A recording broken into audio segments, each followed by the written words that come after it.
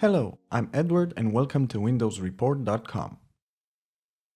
In this video, I will show you how to fix the remote desktop in licensing protocol error. Usually this type of error can happen due to system file problems or due to certain user rights and permissions. Let's take a look at how we can deal with this error and solve it in no time. For a more detailed explanation and even more solutions, please check the article in the description below. The first solution could be running remote desktop as an administrator.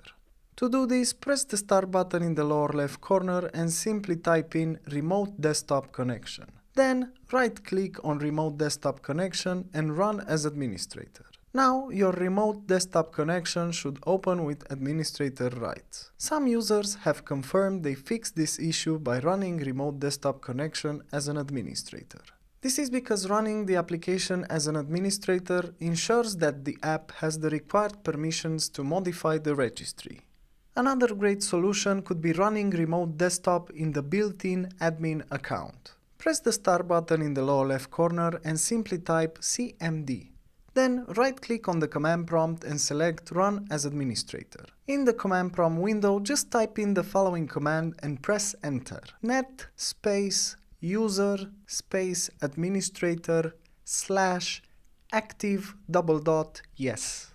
Then restart your Windows to log in with the new admin account. And another great solution could be deleting the MSLicensing registry key. All you have to do is click the start button in the lower left corner and simply type Create a Restore Point. Then click Create a Restore Point.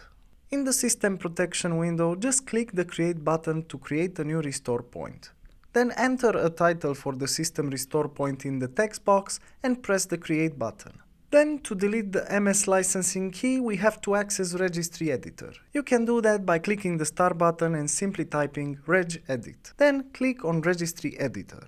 In the Registry Editor window, navigate to the following location: HKey local machine /software /Microsoft /MSLicensing. Right-click the MSLicensing key and select Delete to erase it.